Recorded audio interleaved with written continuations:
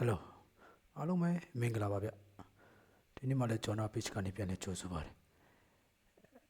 ဒီနေ့မှာတော့အစီအစဉ်လေးတစ်ခုနဲ့မိတ်ဆက်ပေးဖို့ဖြစ်တယ် poster မှာပြထားတဲ့အတိုင်းပဲဒီ dialogue အစီအစဉ်လေးပေါ့နော်ခေါင်းစဉ်ကတော့ကယ်တင်ခြင်းအတွက်အကျင့်လိုအပ်သလားဆိုတဲ့အပိုင်းကိုကျွန်တော်တို့ presentation လုပ်တော့ကြမှာဖြစ်တယ်ဆရာပီတာကကယ်တင်ခြင်းအတွက်အကျင့်လိုတယ်ဆိုတဲ့ဘက်ကနေ presentation လုပ်မှာဖြစ်တယ်လို့ကျွန်တော်ကကယ်တင်ခြင်းအတွက်အကျင့်မလိုဘူးဆိုတဲ့ဘက်ကနေ presentation လုပ်မှာဖြစ်တယ်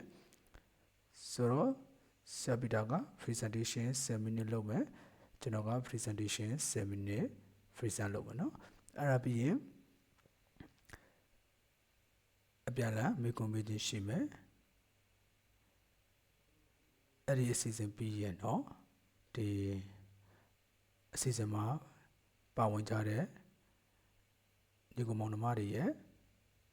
မေးချင်တဲ့မေးခွန်းပေါ်မှာ file name တက်ပြီးတော့ဆရာပီတာကိုမေးတာပဲဖြစ်ဖြစ်ကျွန်တော်ကိုမေးတာပဲဖြစ်ဖြစ် file name တက်ပြီးမေးတဲ့မေးခွန်းတွေကိုဖြစ်မှာဖြစ်ပါတယ်အချိန်နေ့ရက်ကတော့ပုံမှာပြထားတဲ့အတိုင်းပဲပေါ့နော် monitor လုပ်ပြီးမှာတော့ကျွန်တော်တို့အားလုံးသိတဲ့ line time mobile လို့ခေါ်တဲ့ CMB ဖြစ်ပါတယ် Alicia page ဖြစ်ပါတယ် Alicia page မှာလည်း live လွှင့်ပါမယ်ဆိုတဲ့အကြောင်းကိုသတင်းကောင်းပါပါတယ်ရောက်စတဲ့ပုံမှာဖျားရှင်ကောင်းကြည့်ပေးပါစေအာမင်